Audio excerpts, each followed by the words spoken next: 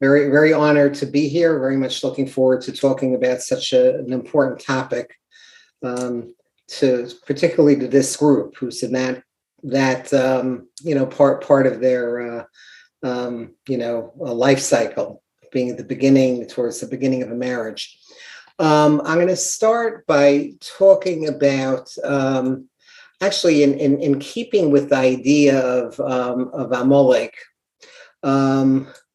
We know that Amalek in Gematria is Safek, or doubt, and in Kabbalistic thought, it's represented by Zvuv, by a fly that flies around in an uneven, random kind of pattern. And just by way of starting, one of the keys to success in a marriage, especially in the earlier years, is to be able to go from Safek and a place of uncertainty to a place of really knowing what are your goals, thinking about what matters, what is it that you're going to focus on.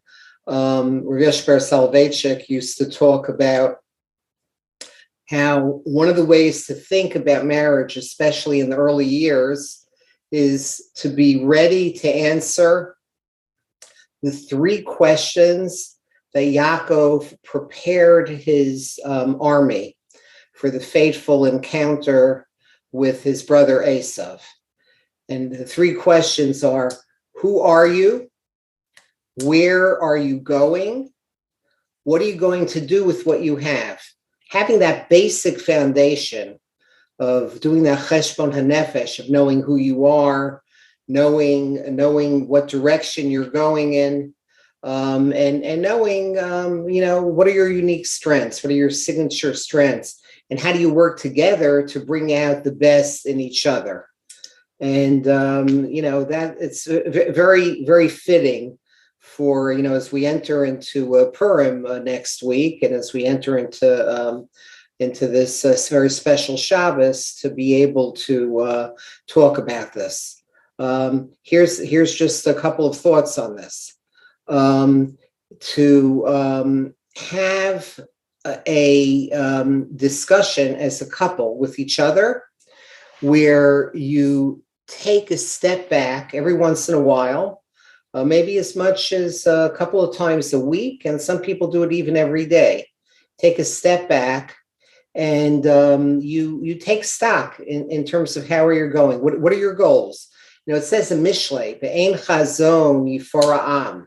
Without that vision thing, you lose yourself. If I asked everybody here to spend 20 minutes today, tomorrow before Shabbos, Motzei Shabbos, and then going into Sunday, 4 days, 20 minutes writing about what are your goals, imagining the best possible outcome in your life.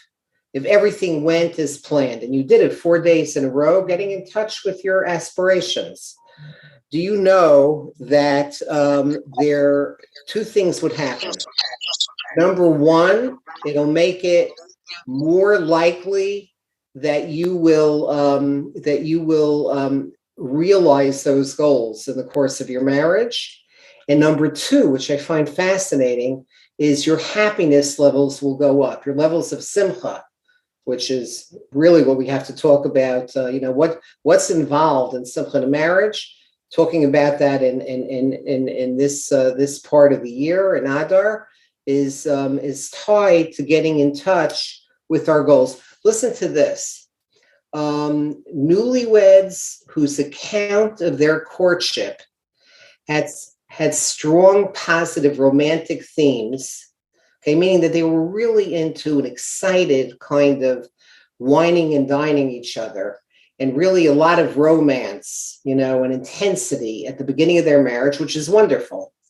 But when that becomes the number one component of a marriage, the research finds they became less happy early in marriage compared with couples whose accounts were equally positive, but lacked the romantic elements.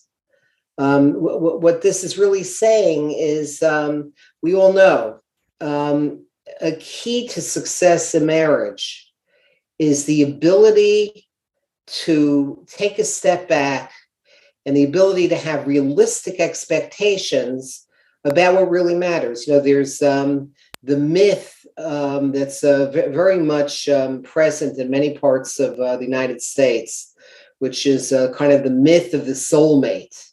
And we believe, of course, we believe in somebody who's your bashert, and we believe in deep connection. But we don't believe that this is something that involves, something that doesn't take a lot of work.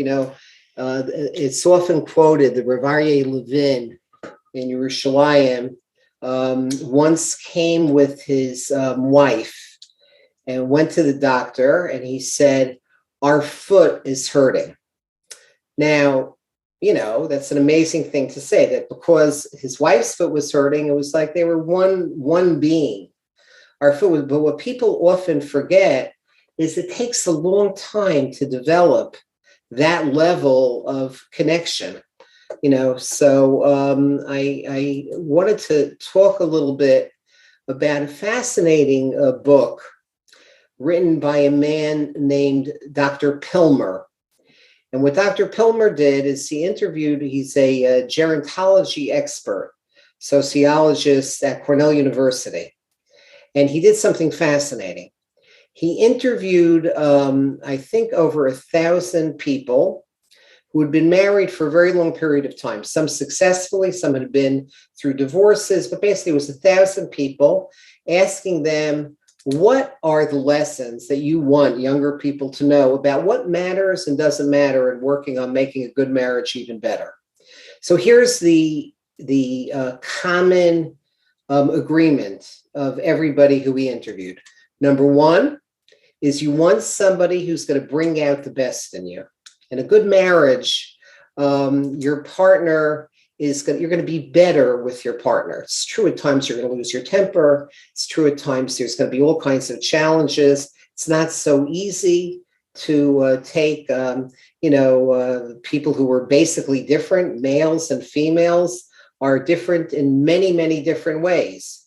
But in a good marriage, you expect the best of each other and you bring out the best. That's what Dr. Pilmer's research subject shows. Friendship over romance. And this is something that I think is so consistent with the Jewish and Hasidic view of marriage. Okay, you need to enjoy being together.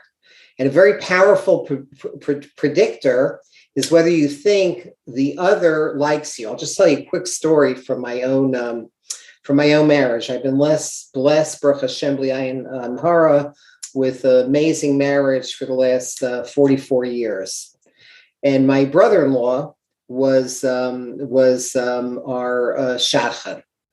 And he set us up. We knew each other from yeshiva high school days and then past yeshiva high school. And things were fine, but there weren't such sparks going on. I liked her, she liked me, but we were a little boring together. So he calls me up one day and he says, Lonnie really likes you. She says that when you were going out before, she was in the middle of, I don't know, she was in law school or something. She was in the middle of very, very intense kind of academic demands. And now that there's not so much pressure, she realizes that she's really into you. She likes you. He then calls my wife, then not even fiance, and says the same thing. David really likes you. It's just that he's writing his doctoral dissertation, whatever it was. And then we get engaged and they have us over for dinner the night of our engagement. And he starts laughing and he says, I am such a liar. Okay. I made it all up, but I got news for you. When I believed that she really was into me, okay, and she believed I was really into her, it was the beginning of an amazing, amazing marriage that I thank HaKadosh Baruch Hu for every day of my life. So there's something to that. What do you bounce back to each other?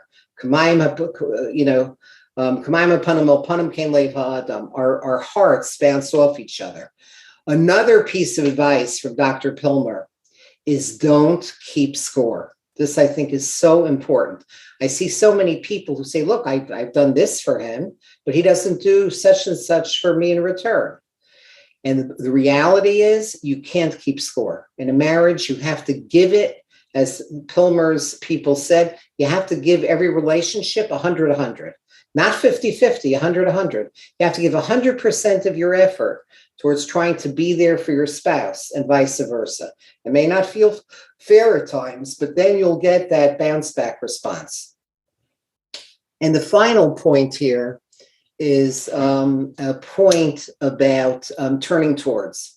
One of the Gedolei Hadora marriage is Dr. John Mordechai Gottman, a graduate of Chabad Lubavitch Yeshiva, until his parents moved away or whatever. But Dr. John Mordechai Gottman wears a big yarmulke on his head, is the most respected expert.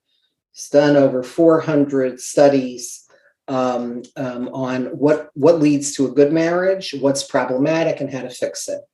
You do a survey of any expert in marriage in the world, and they say, who's number one? Everybody immediately says Dr. Gottman, who's amazing. As a matter of fact, we invited our smicha students and graduates at YU to come to a training, a 2-day training with Dr. Gottman. He says, yeah, but you have to close out the training. I don't want any more than 250 people there. And this without exaggeration. After our phone lines being open for 10 minutes, within 10 minutes, we were already oversubscribed. We went way over. We had to figure out other ways of having breakout rooms and having closed circuit, etc. But let me tell you what he says about turning towards, because it's an important concept that you could use in your marriage in a general kind of way. Here's what he said. He has people come to his laboratory in the University of Washington campus in Seattle. And he has them come. And when he comes, hold on a second. Yes, Rabbi? Can I ask you just to move a little bit? We want to see your face a little more clear as you're just to the side. More center. You got it. Okay. There's thank you for the practical advice. Thank you. How's that? Is that me? Much better. Ah, excellent. Okay, good. Talking about K'mayim panim el panim, and you couldn't even see me, right? Okay. We saw you. Okay, great. Thanks for letting me know. Anyway, so here's what he does. He has them set up in the lab. And it's fascinating what he does. He has couples come and spend a week in apartments on the University of Washington campus.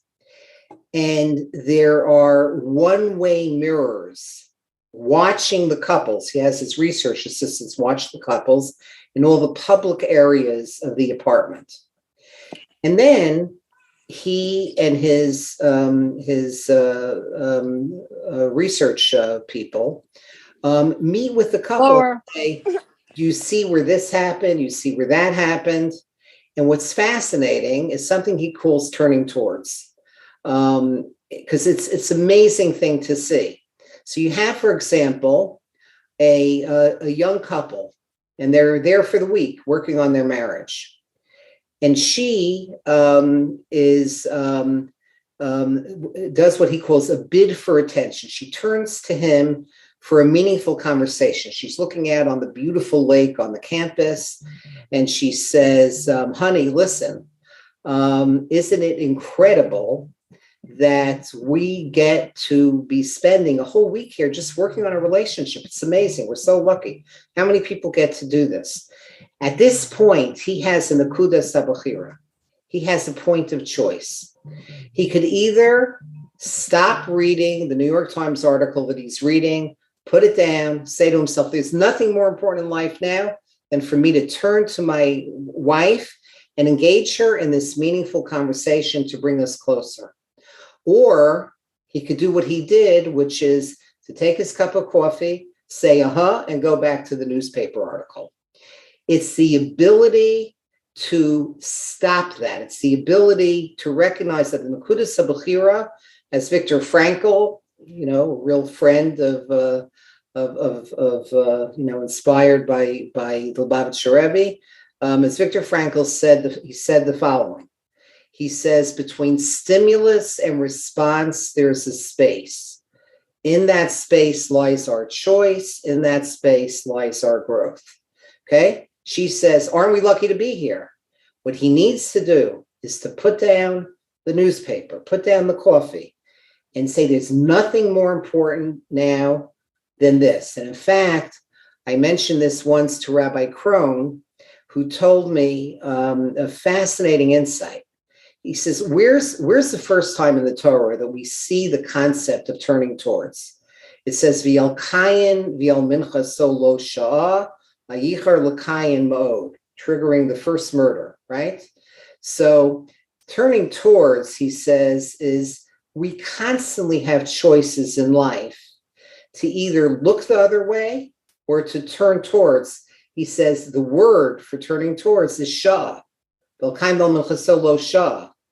And then he says, but even to think about it, yesh adam konoloma b'shah achas, with one turning towards, with one going to shul on a night that you might be exhausted, or it's Purim and you think, hey, maybe I should invite this person who, in the words of the Rambam, is a Morei Lev and a Mlolei Nefesh, somebody who's having a hard time, and to turn towards and go past our selfish needs and be there is something that if we could discipline ourselves to do that in our marriage, it makes an enormous difference. Let's get to talking a little bit about handling conflict in a marriage.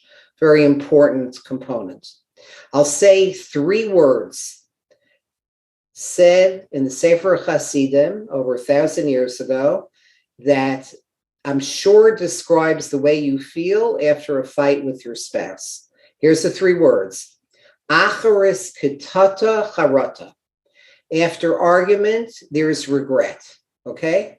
And that's such an important piece of knowledge to the extent that we could, it doesn't mean that you don't go to bed angry. It doesn't mean that. It means that you need a pullback response when you're about to lose it with your spouse. And you need to maybe take a couple of breaths, maybe need to walk away and to just buy some time. But eventually you need to talk it out. It's not necessarily such good advice to say never go to sleep angry with your spouse. It is good advice to say, take a normal breath in, a slow breath out. And, the part of the brain that's involved in controlling anger is in the frontal prefrontal cortex, where men put on their tefillin every weekday morning. That's exactly where that lives. The primitive part of the brain where anger and rage and katata lives is right behind the nose in the amygdala. Okay? Erech apayim is the split second that it takes to take a step back, to take a couple of breaths, and to go from to shel rosh, from the primitive giving into the anger, as the Balatanya, as you know, says. Why is the kilo oved avodah zarah? Because you're becoming like an animal. That's what separates us from animals, is when we try to control our anger. You need to go with that erech apayim to go up to the shel rosh. My father Zal used to always say, he was a Rav for 65 years in the White Shul in Far Rockaway, but before that in Connecticut and Ohio. He used to always say to me, couples don't have to think alike. They have to think together. They don't have to think alike. They have to think together. And, that's something that you could only do from a place of calmness and really focusing on listening to the person. Let me talk to you about what might be the most important point that I'd like to share with you in my hour with you before we go to Q&A is a story that goes, that I heard from a colleague, Rabbi Dr. Johnny Krug, amazing man, and a psychologist and a Rav and a lot of other talents. But he tells the following story that really, I think, helps you understand the importance of managing expectations in a marital relationship. He talks about this. He says, imagine a person who gets onto an elevator at the height of rush hour on at 5 to 9. This is in the Empire State Building. It's 5 to 9, the height of rush hour in Midtown Manhattan. And the elevator is very crowded. And there's some guy right behind you who is kind of like trying to jockey for space, so he could get out the second you hit his floor. Let's say his floor is the 65th floor. And the person's like jamming into you, and you're ready with your dirtiest look the second he goes out of the elevator. You're ready to give it to him. You know how a car cuts you off on Eastern Parkway, and it somehow makes you feel better to give them a dirty look, okay? Or to just, look at them and make eye contact with them or whatever. So he comes to the 65th floor, and you look back to give him your dirty look, and you see that he's blind. And his pushing into you was his cane that he needed to steady himself so that he didn't lose his balance. What does that knowledge do to your emotional reaction? What that knowledge does to your emotional reaction to his crowding you is your righteous indignation turns maybe into a little bit of healthy guilt, healthy busha, a healthy pullback response, okay? And it also might help you go to a point that you just want to help him off the elevator. It totally changes your whole approach. That's the importance of understanding how to manage expectations in a marriage, okay? To the extent that we can always take a step back and say, hey, maybe she's in a bad mood because she had a very tough day. Maybe he's in a bad mood because he's been under a lot of stress today. I know that he's been having a very hard time with his supervisor at work, or I know that he has an incredibly tough workload and we have parnasa problems. Any of those kind of things, to manage your expectations, to understand what I need to do here is support. I don't need to go back with anger. And in fact, I want to share with you an important concept, which is based on, first of all, Chazal, on marriage is a people-growing machine. There's a Gemara in Yevamos, a Mishnah in Yevamos, Perek Daled, that says that the Hebrew word for Nisuin has embedded in it two realities, that the inevitable difference between men and women can be a masa, a burden that weighs us down. That's embedded in the word Nisuin. Or the same word masa, what else does it mean? It means a song. It means a nevuah. It means a niggin. It means something transcendent. And it's up to us how to handle those conflicts. Next point that I wanted to talk about is the idea of marriage as a people-growing machine, okay? Let me explain to you what I mean by that. Here's marriage as a people-growing machine. It goes like this. Very often in marriage, the marriage pushes us to work on exactly the areas we need to work on. I can only illustrate this so that it makes sense by telling you a story. When I first got married, I came from a family where there were tremendous expectations that we be exactly on time. So my father, Sal, would always be exactly on time in terms of anything he had to do. He wasn't early, he wasn't late, he was exactly on time. He got much more relaxed as he got older, but when he was younger, that was his thing. He's a wonderful guy, a warm guy. but he had a mishigas about time. So I grew up feeling that everybody must be that way. My wife came from an amazing family. Balei Chesed, Rosh Yeshiva of Chafetz Chaim Yeshiva used to call him every Erev Yom Kippur to get a bracha from him because from my in-laws, because they were so unbelievable in terms of the level of chesed and achnasas orchim. I never even knew that I had to give lectures to my pastoral psychology classes on conflict with in-laws because they never said a critical word to me. I didn't even know it was a thing. So, but when it came to time was a general approach for them. If something was called for 7 a.m, they might show up 7 o'clock at night. They just had the exact opposite approach to time that I had. Get married, and it's time for the first chasana of our marriage. Okay? I figured out, this was before GPS, I figured out it'll take me exactly 33 minutes to get from our house to the smorgasbord of the chasana. So I go into the car and I call up to my wife, okay, honey, I'll be waiting in the car. And she wasn't even thinking about what dress she was going to wear. What happened over the last 44 years is exactly what needed to happen. I needed to learn that it's not a big deal if I come late to every chasana. It's better for me if I come late and if I miss the least healthy part of a chasana. And she needed to learn to be more prompt. Today, this just happened earlier this week. You were a fly on the wall in our house at a point that she was, that we had, actually, it just happened. We had to go to a speaking engagement I had, and she was with me in San Diego for the speaking engagement. She's on average ready 5 to 20 minutes before I leave. She now has to wait for me.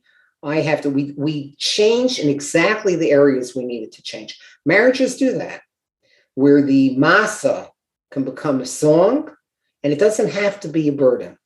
So I think that's another very important point I wanted to make. Okay, what do we need to know in terms of, what I think I'm going to do? I think I'm going to switch. It's a lot of good stuff here, but I don't want to, I want to share with you just something, what happens, how things shift over time. I have a cartoon, and I'm happy to share with you the PowerPoints here. It says, now and what he'll be later, okay? So somebody who you see now is handsome. Later, after years of marriage, handsome turns to vain. Strong, which may have been what attracted you at the beginning of a marriage, turns to controlling. Sweet turns to mushy. Generous turns to wasteful. Brilliant becomes boring. Charming, annoying. Brave, reckless. Loving, suffocating. Neat turns obsessive. And the guy you fell in love with because he's unique is now viewed as weird. Now, that's not a death knell to a marriage. If we expect it and we understand this is what happens in marriage, and this is our life's work. Remember the brilliant Vilna Gaon in his, brilliant thinking on his writings on Shiras Amidos. Here's what he says. Okay, I think the pasuk is Hachsach b'musar al teref nitzra kehi chayecha. Here's what he says: Ki ma sheha'adam chai. The very purpose of life is kadei lishbar mashalo shavar adhena oso hamidos. It's to control the midah and the struggle that we have the toughest time with. So if our toughest time is with anger, he says, when we're working on our anger, we're fulfilling our tafkid in life. Okay? And he goes on to give examples of that, because he says, otherwise, lama lo chaim, what's the purpose of even living if we're not struggling to grow in the areas that are most difficult for them? That's what marriage does for us. Tav l'mesav tandu mi l'mesav armalo. The power of living together as a couple is basically largely from that. It forces us to work. And if you have a good marriage, you get better and better at a time, and you grow over time, and you grow, and hopefully you grow without being too defensive. Here's an important slide that I have. It's called The Myth of an Instant Soulmate. It's interesting. I just came back from California, where you have a very high percentage of people who believe in an instant soulmate, but you see it, I'm sure, in Brooklyn as well. Okay. So here's, in a large scale study done at Rutgers University, 94% of respondents placed desire for their spouse to be their soulmate at the top of their mattering map. But in fact, relationships require work, getting to know the person, right? Giving to the person, the whole ahava, building up through giving to each other, and the mutual giving and the mutual sharing. And really being vulnerable to each other, that's what builds up a relationship, okay? It's through mutual giving, knowledge, and intimacy. That's how you build up a soulmate, okay? Love at first sight, which I'm shocked at how many people really don't even understand that. The love at first sight could be fine, but it's only based on one sense, on the visual sense, in contrast to love as ahava and the hava of giving. Okay? So I just wanted to make that a very important point. Okay, let me just move towards this marriage stuff. Just a slightly different slide. Okay. And what we have here is, okay, I just wanted to go to this. I wanted to talk about the impact of technology and the importance of paying attention. The greatest enemy of a marriage is this. It's this.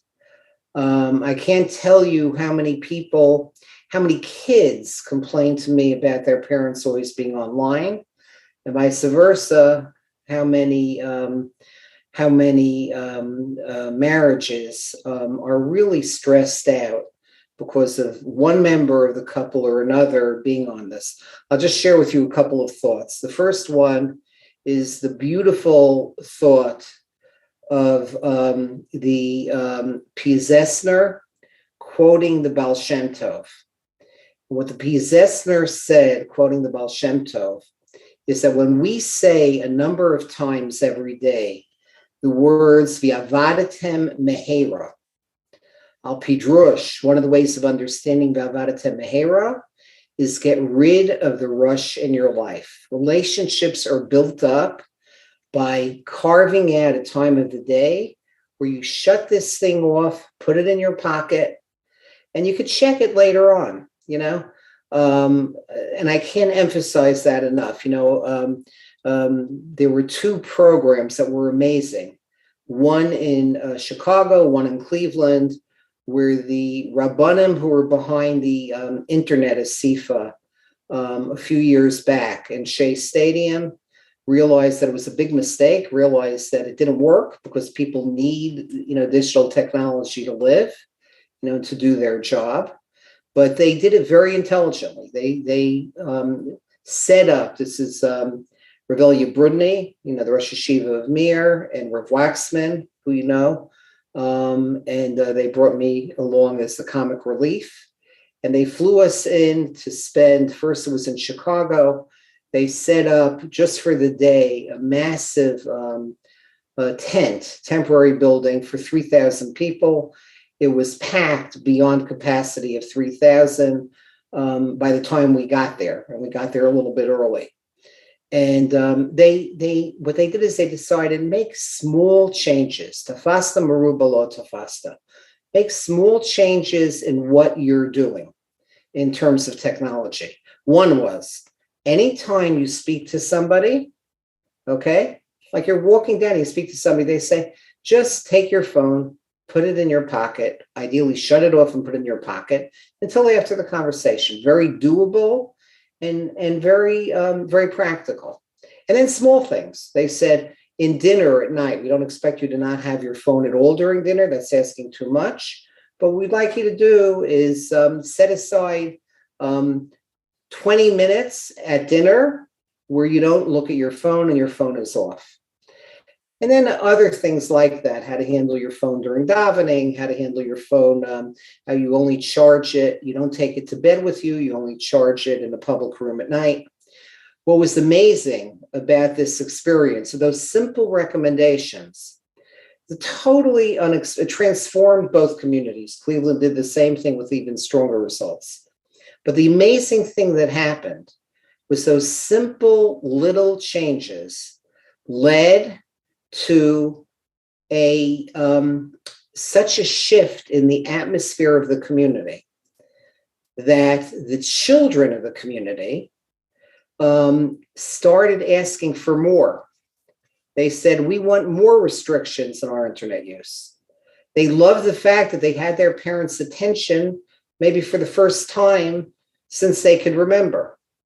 And I can't emphasize enough how crucial it is in building up a marriage to find some time where this is put away. And the other quote is the beautiful quote, I think it was from Rabbeinu Bachya, again, 1,000 years ago.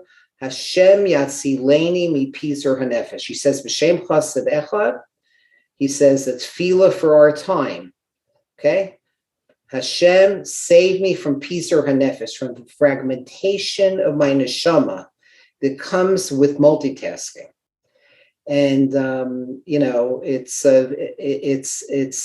just something to think about in terms of making a marriage, even a strong marriage, even stronger. Remember that mirror neurons, relationships are built up face to face. Fascinating study. They take a group of kids and they do something upsetting to them, fourth grade kids. So something mildly upsetting to these fourth grade girls.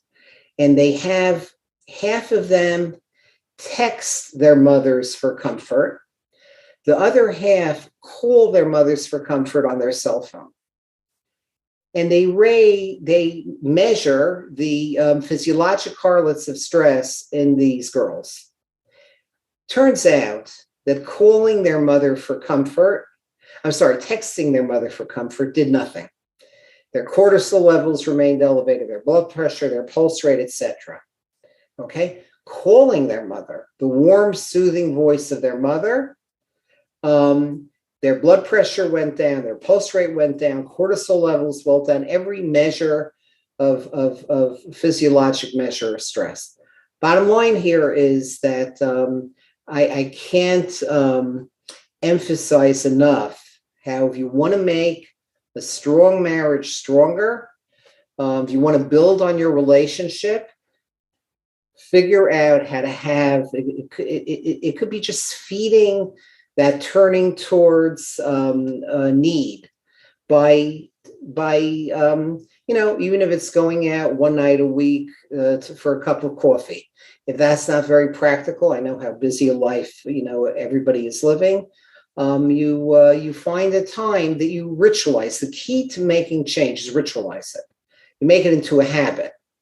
So you tell your you work out. Look, I was just in Eretz Yisrael with my brother. I went for my father's yahrzeit last week, and he was telling me that with my sister-in-law, they started a habit of during lunch. His office is close enough that they run over to each other from their respective jobs, and they go for a half-hour walk. And he says it's been so amazing for their marriage to be able to connect that way on a regular basis. Another thing is the power of hakaras hatov, the power of gratitude, and to have gratitude to remind yourself of the positives of your spouse. The research shows when you nurture a fondness and admiration for each other by reminding yourself, I can't believe what my wife did for me. I can't believe what my husband did for me. And when you do that in a regular way, it serves as a buffer against stress. And, I just, wanted to spend a minute talking about. Okay, let's move on here. Here, you know what? I'm going to share. If I share this screen, let me see. Oh, okay, that's okay. No problem. You'll get the PowerPoint. It shows what Pizer Hanefesh looks like in a brain. On the left-hand side of this fMRI is a brain that's on the opposite of Pizer Hanefesh. And it's only a small part of the brain is lit up because it's deep. When you're only doing one thing, you think in a deeper way. This is the way your brain looks like if you're lost in a sefer that you love what the sefer has, or when you're singing a niggun that really gets to you. And then on the right, you see literally the same brain on Pizer Hanefesh, a brain that's multitasking. And Enodoma Shmielaria seeing this is something that is actually pretty powerful when I send you that PowerPoint. Pizer Hanefesh is an emotional state characterized by fragmentation, confusion, insecurity, and that's the whole idea there. Okay, I think that I could keep you here all night, but I wanted to just spend a little bit of time talking a little bit more how research shows the couple's ability to put a positive spin on their marriage's history is a very positive prognostically for a marriage. Reminding yourself of your spouse's positive qualities, as I said before, even in the face of anger at flaws, is crucial. Deliberately thinking and talking about what you admire in your spouse can reawaken admiration. It just makes a tremendous amount of difference to focus on the positive, even if you're angry at each other. Okay? And in one study, conjuring up positive thoughts about your spouse has been shown to be an effective antidote to infidelity. Okay, let me, we have 10 minutes here. Here's some more principles for effective marriage. Reunite at the end of the day. Talk about how your day went. Dealing with stress with that turning towards. Need to validate and avoid immediate lapse into a problem-solving mode. And, show nonverbal signs of listening. All of that is extremely helpful. Okay, so let's just move on to here's a couple of thoughts about Dr. Gottman's work, which I think is important. What Dr. Gottman's work is: couples in effective marriages do fight, but they have a built-in barometer to avoid the fights ever getting out of hand.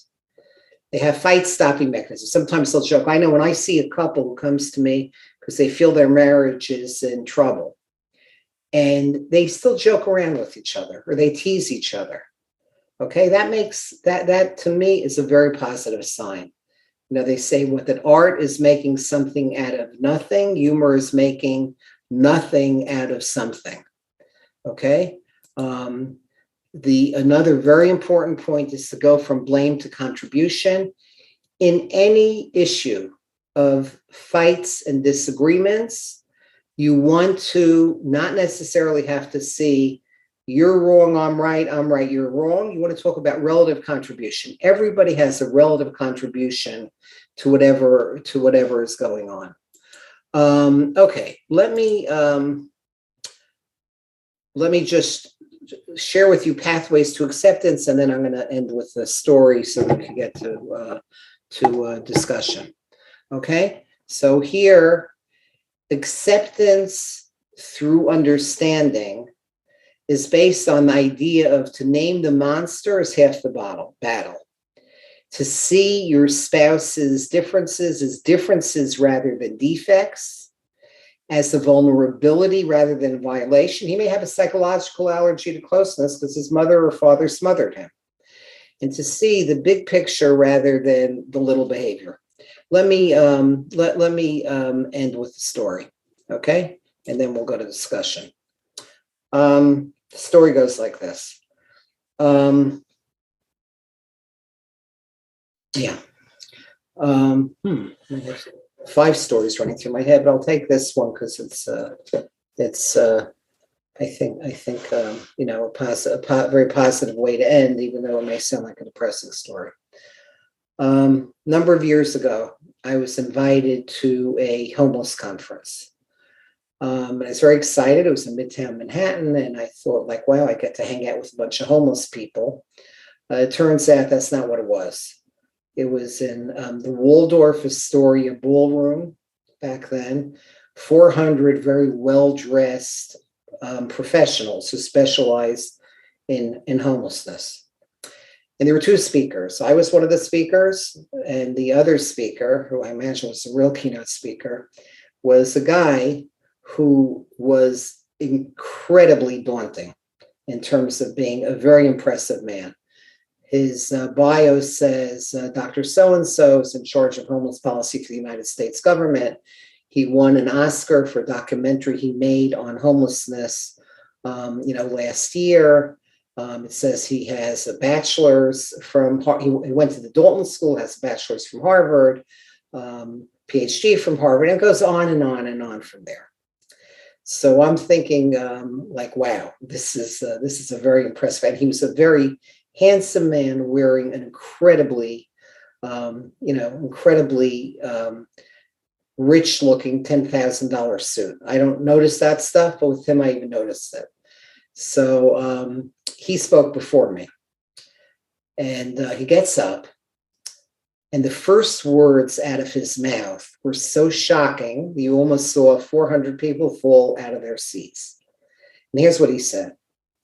He said, let me tell you about my history. You expect to hear history of a very privileged guy. He said, here's my history. He said, when I was 11 years old, in front of me, my father, in a coked up rage, shot my mother and then turned the gun on himself and killed himself.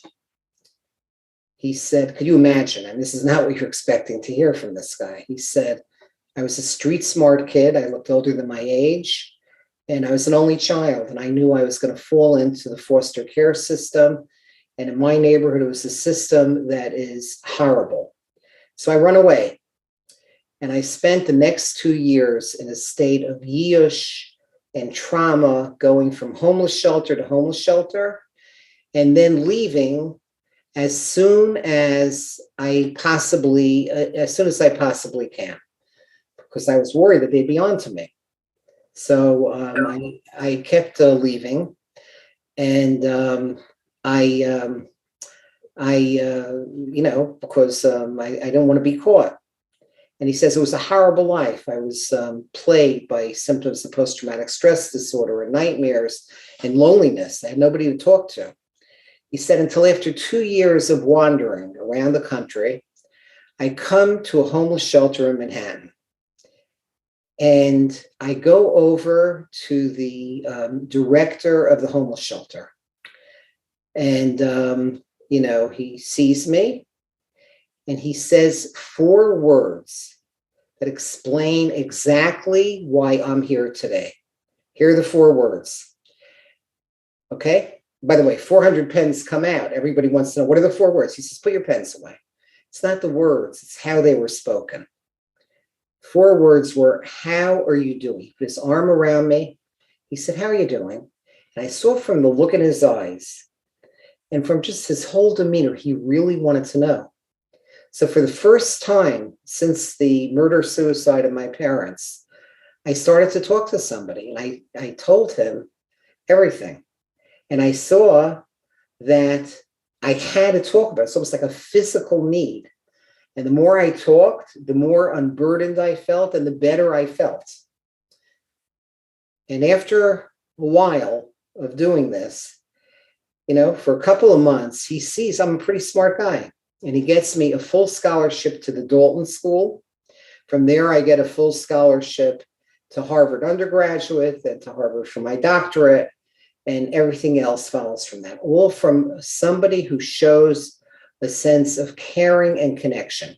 That's the essence of what a marriage is about. It's a message of, on a regular basis, turning towards each other. Remember, Shah, that's Shah, okay, that turning towards, and checking in, looking into each other's eyes, bouncing off our hearts, a true concern and interest, even though at times we may want to kill each other, in what the other person is thinking. And may we all be zoche as I get closer to the 9 o'clock slot of opening up a discussion. We will be zoche to have an Adar and a Purim marked by the opposite of Amalek, marked by connection, marked by the opposite of randomness, marked by goal setting, and perhaps most importantly, marked by connection. You know, you take somebody, team of researchers find this, you take a person, put him or her at the bottom of a hill, and you say, estimate the steepness of this hill. If you're alone, you see the hill is very steep. If you have somebody at your side, the hill looks less steep. The closer you feel towards the person on your side, the less steep the hill looks and less tired you get walking up the hill. And that's the 3 F's of Simcha: family, friends, and faith. You have that all in your community. You have that all in your marriage. And we just have to use some of these thoughts to nurture it. Thank you, everybody. And that does it. We're open for discussion. Yasher koyach. Can you see the chat box, the question and answers on the bottom? Let me open the chat box. Q&A. Got it. Only 8. Hey, what a disappointment. Okay, we'll do it. Let's go. Q&A. Okay. So excellent question number 1 is, wait, this says answer live or type answer. I talk out the answer, right? Rabbi? Yeah. You answer. Yeah. So what does it mean the one spouse brings out the best of you? It's if you believe in your spouse, okay? If you just really believe in each other, then it means, my wife often will she gives me honest feedback, but I know that it's coming from a place of deep belief in my skills and my abilities. She bounces off belief in me. I'll give you an example of the last day of my father's life. He had an amazing life. He's age 96, and the whole extended family is surrounding him. A huge number of children, grandchildren, great-grandchildren, great-great-grandchildren. We're all singing to him his favorite Smiros, and he's telling us how he wants us to live our life. It was an unbelievable experience. And he turns to one of my kids who marched to the beat of his own drum. He's a wonderful guy, but always marched to the beat of his own drum. And he holds on to him. This is like in the last few minutes of his life. And he says, Yossi, just be Yossi. Those are his last words to my son. Yossi, just be Yossi. And it made such a difference.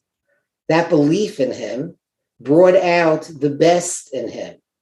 And as Rabbeinu Sadok of Lublin says, as we all know, in Sitkos Tzaddik, Kashem Shesar Chadam Lahamin B'Hashem Yisparach. Just like we have to teach our children to believe in God. Kach Sarach Acher Kach Lahamin Ba'atzmo. So too do we need to teach our children to believe in themselves. Rasulomar. Sheyesh LaKadosh Baruch Hu Esek Imo. That Hashem cares about us. She'einenu poel batel. Shebein laila haya uvein laila avad. We're not an insignificant being here one day and gone the next. And then Rabbeinu Sadok says, when we teach our kids in the very first tefillah to say Moda'ani and to say Rabba Emunosecha, what does Rabba Emunosecha mean? Much is your faith in us, HaKadosh Baruch Hu. That's the way we bring out the best in others. That's the way we communicate belief in others. And that's how we bring out the best in people. I hope that answers it. Next question. Can you summarize the points you spoke about? Can I summarize all the points I spoke about? Rabbi Blooming, okay, or Robinson Blooming, help me understand what that question means after an hour-long talk. Well, there's a PowerPoint, right, that you're going to send around? Yeah, it's all there. But if I could summarize it all, unless this is somebody who just wasn't there for the talk,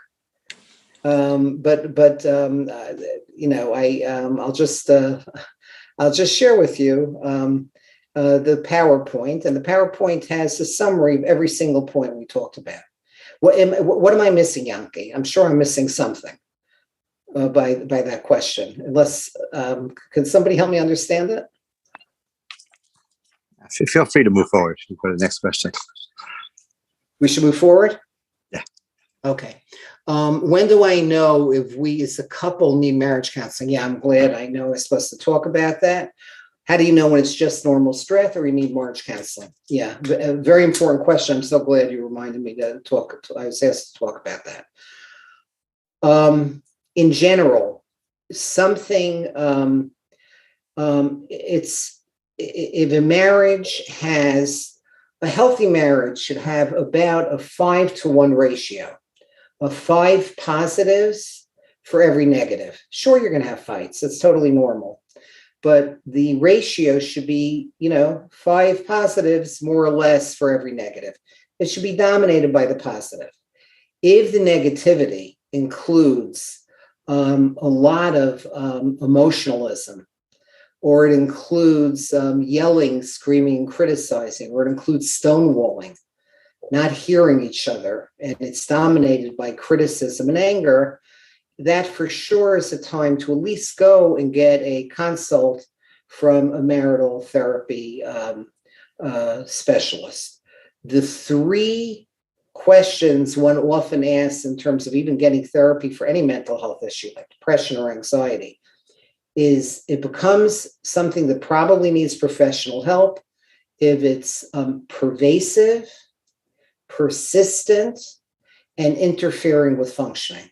Pervasive, persistent, and interfering with functioning. If you have those 3, then I think it does make, for sure, you should go for at least a consult. But again, the best recommendation I can make to answer that question is read Dr. Gottman's book, the all-time most highly recommended book on marriage called The 7 Principles of an Effective Marriage. And, with pride in the fact that he's a product of Lubavitch Yeshiva, and read his book. And there's a tremendous amount of wisdom there that'll let you know when you need to go for help.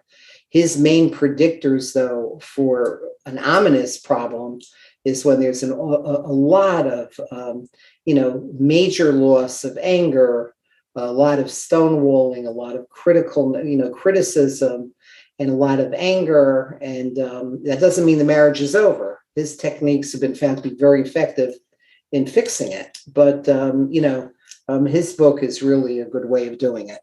Okay. Mendel, which is, an excellent question. How important is it that I take care of my personal issues before I engage in my marriage? Right. And boy, is that a tough question. It's interesting. I just saw somebody today who's asking me that question because he has issues and has a tremendous amount of insight into his issues. But he wants to know how important is it that I take care of it ahead of time. I used to have a professor who would say there are 2 kinds of people. He said there are normal people and there are people I know. Everybody has issues. The problem is, are your issues coming from, let's say, a family history of abuse and homes where there was a lot of invalidation and a lot of yelling and screaming and criticism and possibly emotional abuse. If you come from that kind of a background, it's probably wise to to try to look into taking care of those issues, maybe going for premarital counseling. There's some wonderful premarital counselors out there, who could meet with you to let you know, whether or not you have a clean bill of health to go ahead, or you need to do some work on it. There's some very effective programs for chassan and kala preparation that teach you communication and teach you anger management and teach you, some of the things that we spend tonight talking about. So excellent question. Okay. Anonymous attendee who's actually, is there anything that you've seen? Whoa. No wonder anonymous. Is there anything I've seen unique in Chabad marriages? Incredible question. And if I could answer that in the best way I could think of, it's that let's say you're a shliach someplace, or let's say you're living an active Chabad life, and it's a life of chesed and staka, a life of meaning. So there you have uniqueness of being in a business that has all the ingredients of success in a marriage. And I've seen unbelievably happy marriages in the Chabad community. Among the unique issues is there used to be a problem with too much drinking. I don't know if that's been dealt with, and that could be a problem. We've done a little bit of research on marriages that show a higher rate of drinking in members of Chabad. It could be the Chabad's already going to grape juice, in which case that wouldn't be a problem.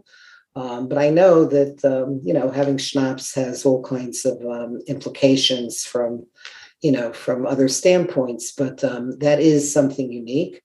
And then the other uniqueness is if it's a family business where there's no room for vacation and taking a break, that could be problematic. Everybody needs a break. There's something called the default network of the brain. If I tell everybody now, just look outside and daydream a little bit, look at, the sky, look at, some of the beautiful, scenery outside, whatever it is, and you just daydream a little bit. What the research shows is there's a part of the brain people didn't even know existed. It's called the default network of the brain. It's what lights up when you daydream a little bit. And that's when you have your best thoughts, your biggest Torah chidushim. It's when you connect spiritually in the deepest kind of way. And it's when your most novel ideas come. So you need to build in a break, okay?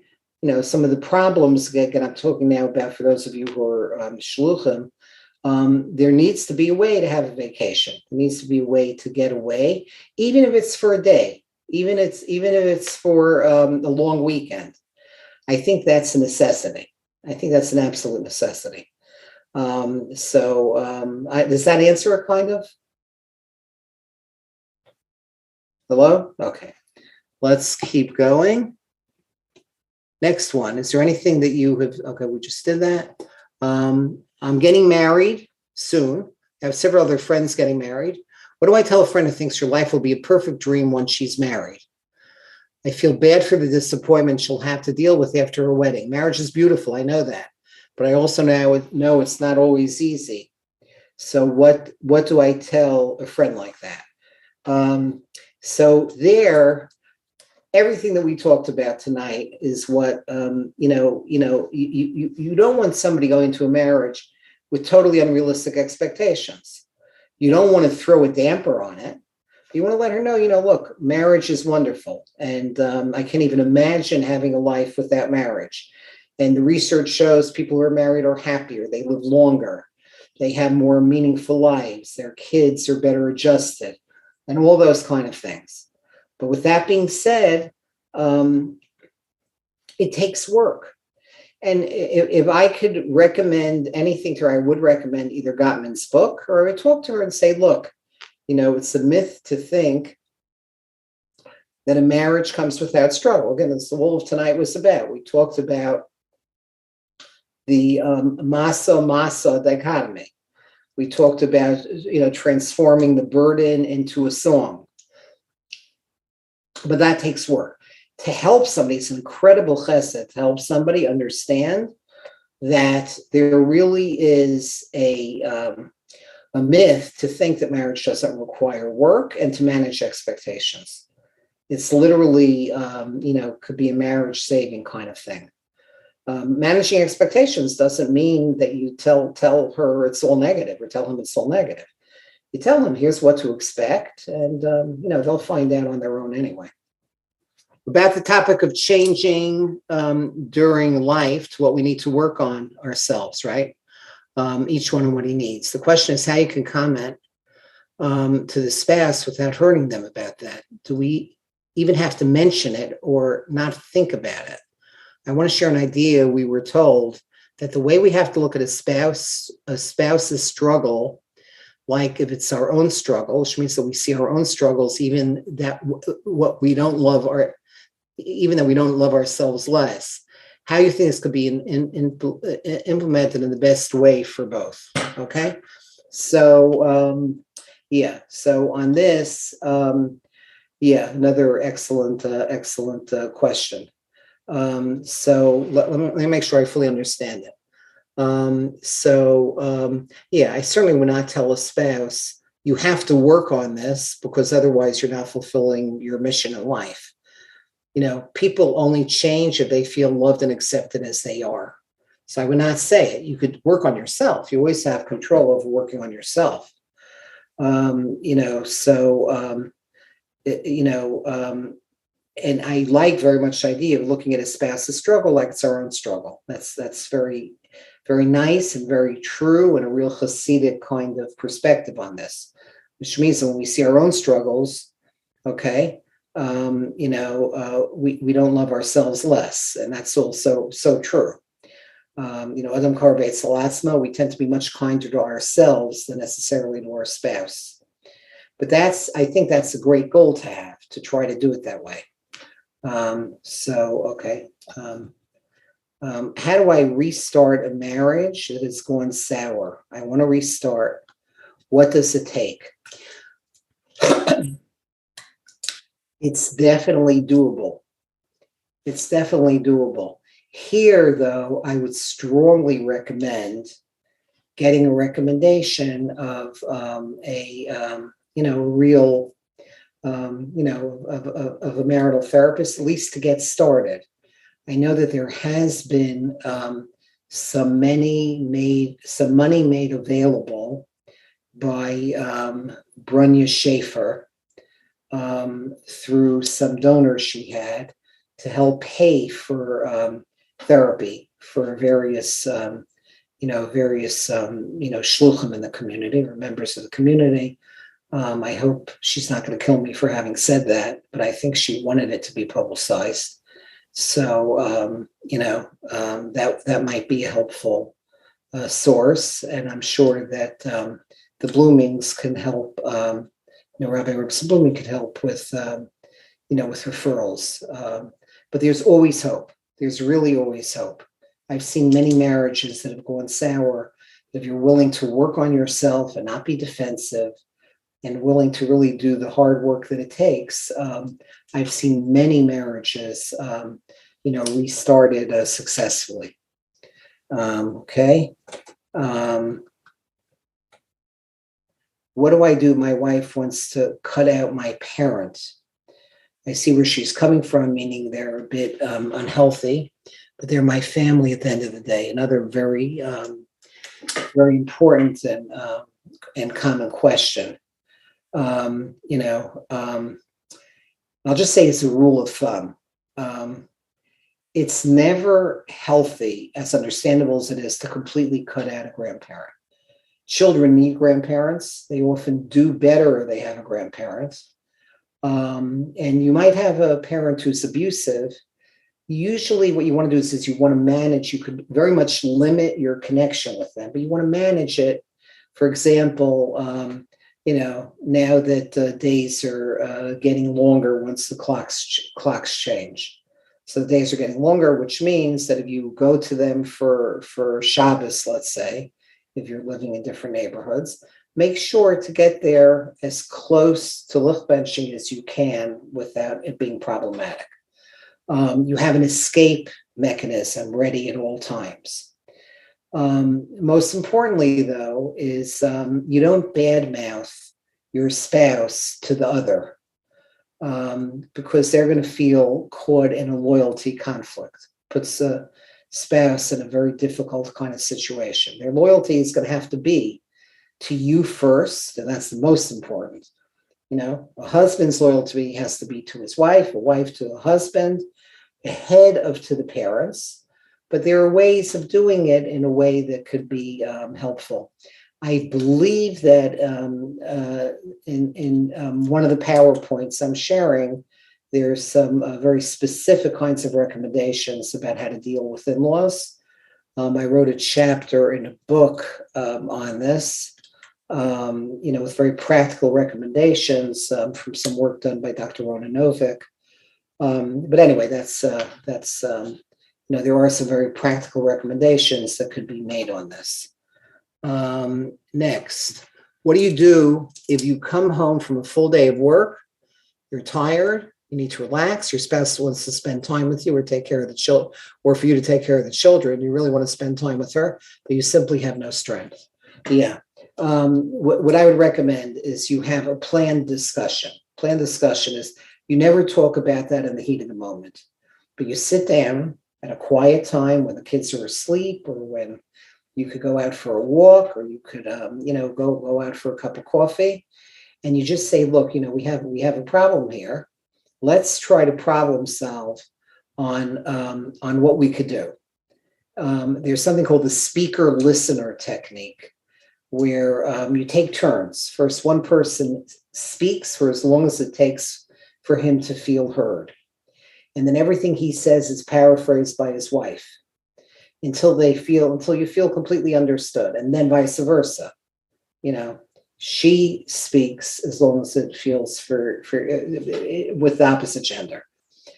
If you Google speaker listener technique, you'll get some very specific ways of doing it.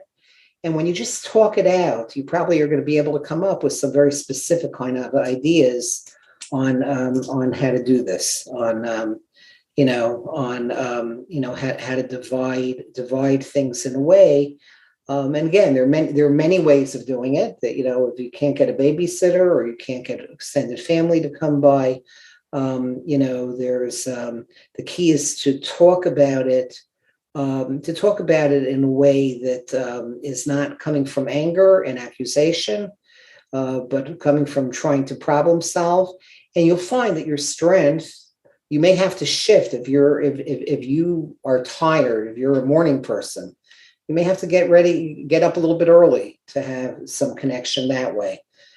Something that's sometimes difficult. If your wife's a night person and you're a day person, you're a morning person, you might have to make some compromises and adjustments that way. One of my spouse doesn't want to go to couples counseling, and I know we can benefit so much from it. Yeah, that's another very common question. Sometimes you could just ask her to go for one trial session and then decide, or 3 trial sessions and then decide. Another thing you might want to do is you might want to ask her to go to a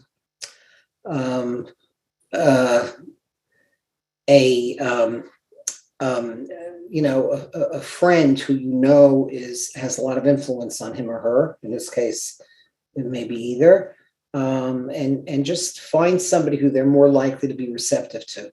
You're not going to get somebody to want to change if they're not ready to change. There's, the theories of change, by a guy named Prochaska, that maps onto the Rambam Silchos Shuva, where if you're pre-hakara sachet, pre-contemplation, all the pushing in the world is going to do very little. But, gentle talking may gradually get them to the point that they may be willing to at least give it a try. I can't tell you how many people I've seen many, many times in therapy who started coming very anti and were schlepped here. And, just by, I'll usually tell them, look, it's going to be your decision, but you can't make an informed decision until you see me 3 times, 4 times, 6 times. And sometimes that's the way to rope people in. Again, I'm taking very complex questions. I'm giving them unfairly short answers. Again, similar question, very resistant spouse who is not inspired to get help. Something that might be helpful is it's a little bit off this direct topic of marriage, but it's about, in general, if you have a problematic family member, how do you inspire them to get help? So there's a book written by a man named Dr. Xavier Amador, Amador. Xavier is Xavier. He's a professor at Columbia University. And he wrote a wonderful book on how to get people to, how to deal with people who are refusing to get help, how to not get engaged in power struggles with them. And has very specific recommendations. And it may make sense to at least Google it and look at some of his work online, maybe even if you like it, to buy his book, because that's often a very helpful kind of approach to inspire resistant people. Money is such a stressor. Any advice? Yes. Yeah. We've had, I once spoke at a Yom Iyun, it was actually a full half-day program for couples on how to deal with money as a stress. Very long topic, but basically the idea is money is often a stand-in for power, control, security, and many other kinds of things. You ask yourself the questions: what did money stand for when I was younger? What did it stand for? What was it a stand-in for? Was it a stand-in somehow for, I grew up in poverty and now I feel a need to spend it because otherwise I feel less than? Was it used as an instrument of trying to manipulate me? And you ask yourself those questions, and then you could work on separating wants from needs.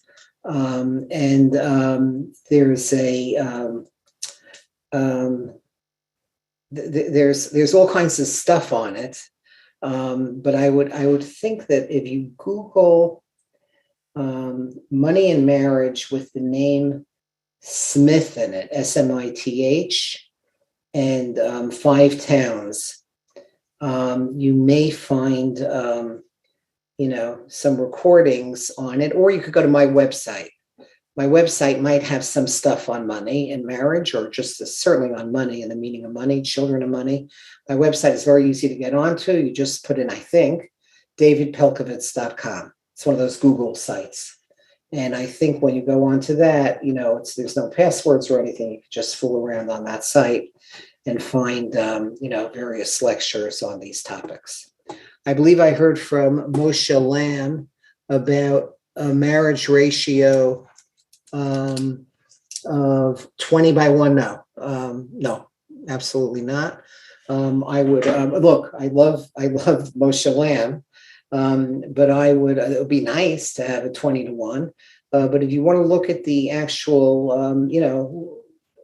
research on the ratio, I believe that the most respected journals, again, are the ratios published by Dr. Gottman based on his 400 peer-reviewed studies. And again, it may be that Moshe Lamb is talking about something else, and God forbid that I should in any way question it. But, and boy, would it be nice if you could have a 20 to 1 ratio, but I don't know. How do you prevent having the same mistakes as your parents? And that's hard. That's very, very hard. Because we often repeat without even knowing it. We repeat what we grew up with. And the key there is an awareness. It's to make yourselves into a partnership, to try to point out to the other when you see that happening. If you go on my website, I think there's a talk called "What Happens When Your Child Is Not You," in the other direction. But it's a challenge in life, as we automatically, when we have our own children, we find ourselves echoing what we had. But it's doable. It's definitely doable. So again, that's a topic in itself. I'd suggest for a different podcast. Okay.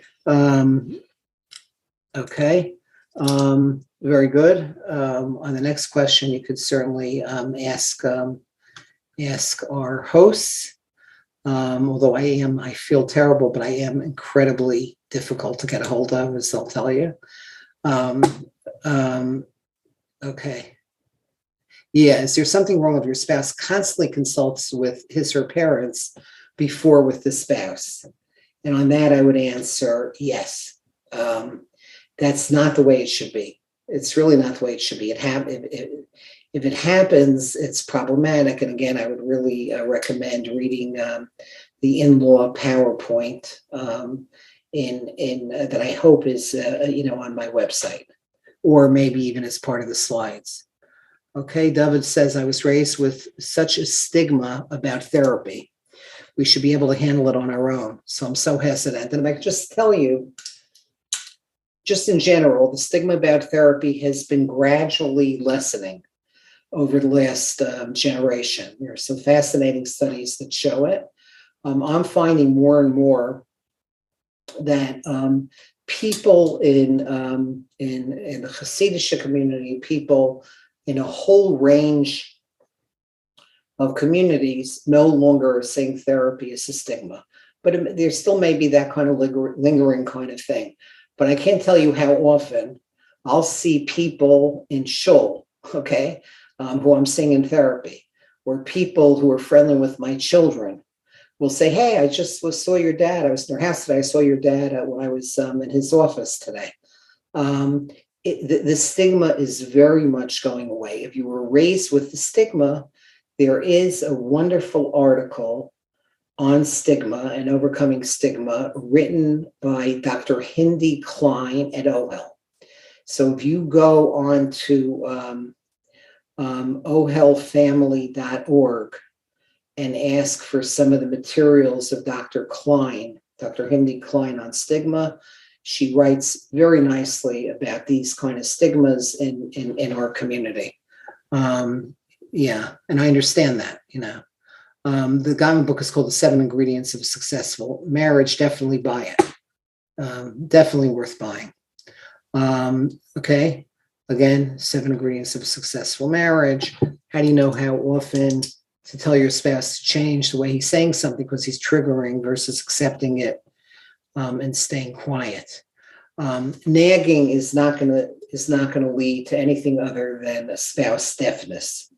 So it's not a matter of how often you say it. It's a matter of trying to strike when the iron is cold, finding a time that he or she might be a little more receptive to it. And, it's difficult. It's, I feel for the challenge. It's a tough challenge.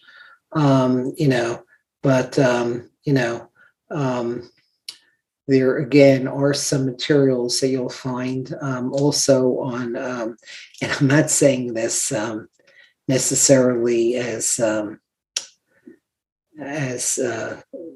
anything other than the fact that they have some great materials, and that's Sister to Sister, which is a wonderful organization for single women or women in high conflict marriages.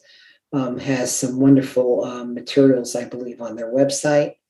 So does From Divorce. And I'm not in any way saying, it's just that they have amazing speakers and often post incredible materials from, but maybe the best place, that I don't have to take you to those, what might be unfortunate kind of triggering sites, maybe the best place is I would go onto the Amudim site. So Amudim, Amudim, I think it's .org. They have wonderful materials and videos on their site that give you very practical ways of addressing exactly what you're talking about. How do you stop yourself from being triggered? It's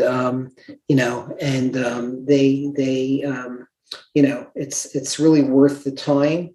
They have very talented people making the videos and very talented people giving those lectures. So I would go for that. I didn't get the Vart of Masa and Masa, so it's Perek Dalid Yevamos, the Yochanan and Boaz Mishnayos, the Tiferes Yisrael, I believe, on the word Nesuin. But let's say I'm not right. Let's say I'm making that up and I don't have the right reference. I think I might. But it goes like that. He says, the Hebrew word Nesuin has embedded in it a very deep message about marriages. The inevitable difference between men and women in a marriage can either be a masa, could be a burden that weighs us down, and can even destroy a marriage. But another meaning of the word masa is a song, a transcendent, a song, something that lifts you up. The exact opposite meaning. Okay, it's I think just a beautiful thought when you keep that in mind. Thank you for your time and sorry for the typos. Okay, I didn't notice any typos, but I won't count them. It won't go on your permanent record. I'm sorry I didn't understand the answer about telling your wife about something not good, how you could tell her if you actually have to begin with. Not sure I understand that one. Sorry, I didn't see the answer about telling your wife about something not good. Oh yeah, how do you criticize? How do you criticize? So I obviously didn't do a good job of explaining that. I hear that. How do you criticize a wife when she's never a makabel of criticism? And how do you do it? So again, what I'm suggesting is people rarely respond to feeling criticized. What they're much more likely to respond to is a calm discussion in a place that you are just very in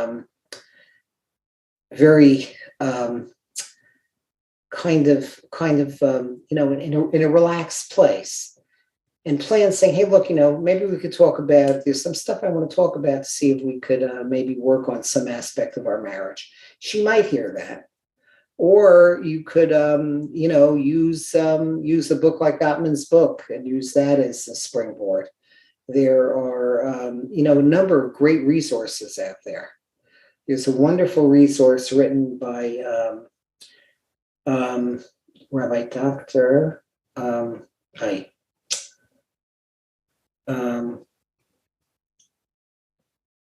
You know what? Go on the Mudim website. That should be helpful. But also my website might have some ideas for you. Okay. How to work on shame. From bipolar mother, shame that doesn't let me accept the love from spouse. In short, feeling I don't deserve. Yeah.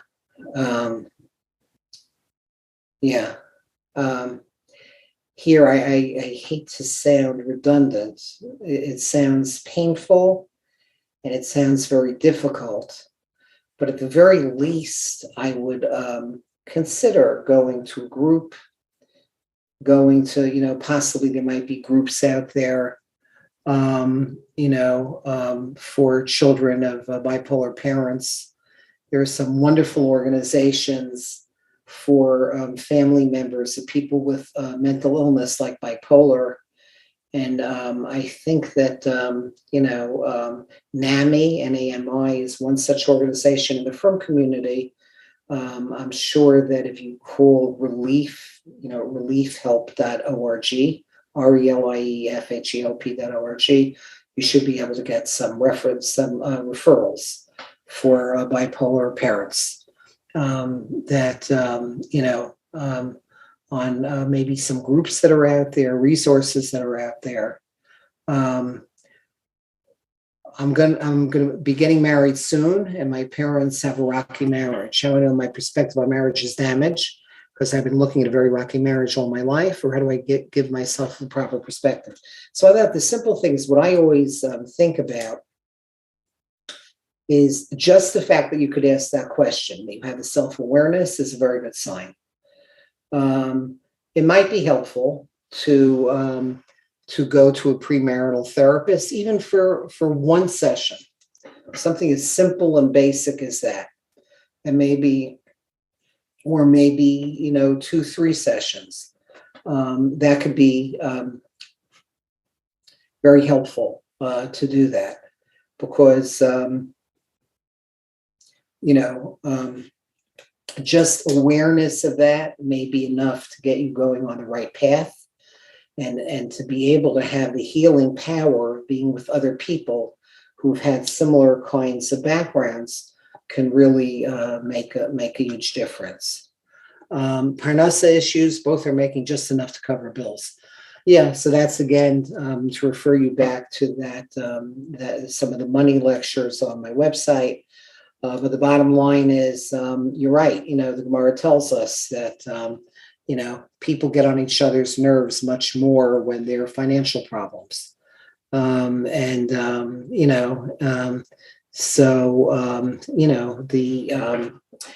it's a complicated question. I would suggest again, reading up a little bit on it in terms of but I'll just tell you one thing, if I could suggest one thought that comes to my mind. There was a classic study done a number of years ago when people had terrible financial problems after the farming crisis in Iowa a number of decades ago. And you had a number of people who went from living on these large farms and mansions to losing everything and now living in a one-room house with terrible financial difficulties. And they followed these people over a course of 20 years. What they found was what predicted the mental health outcome in these families wasn't necessarily the lack of money.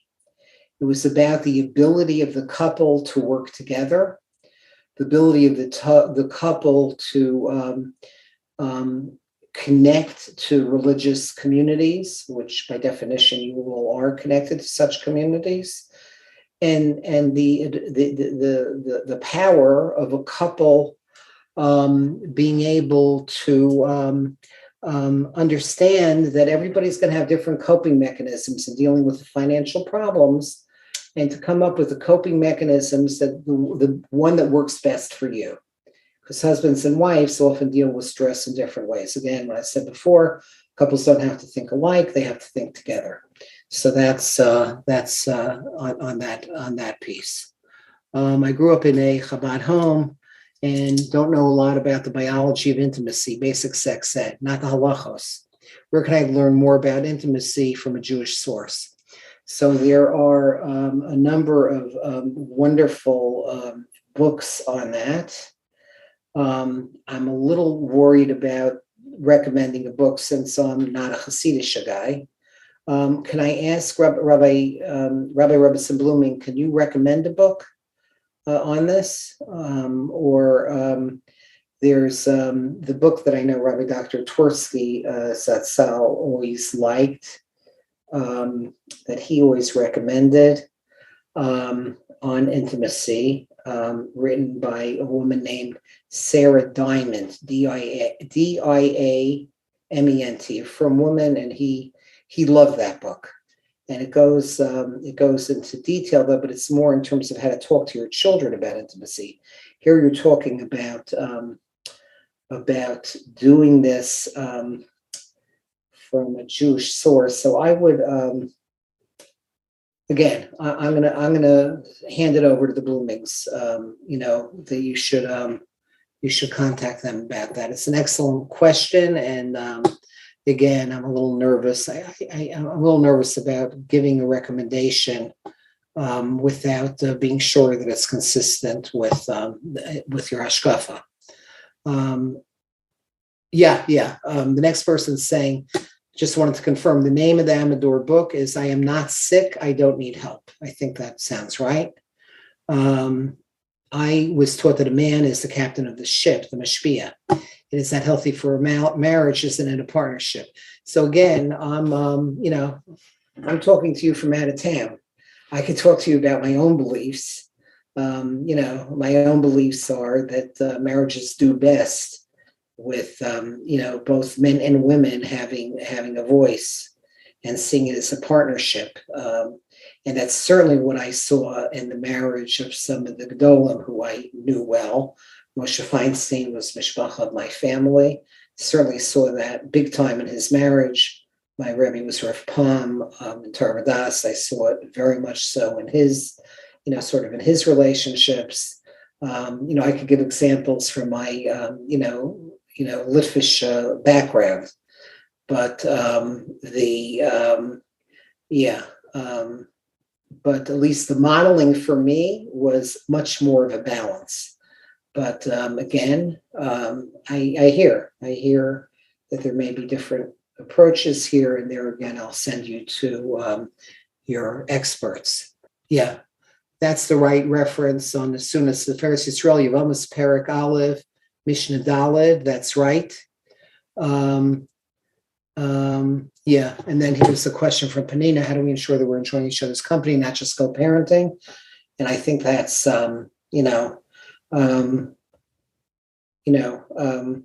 you have to carve out some child-free components of your relationship. And again, even if it's just going out for one night, even if it's just figuring out a way to get extended family to watch your kids, it doesn't have to be all the time.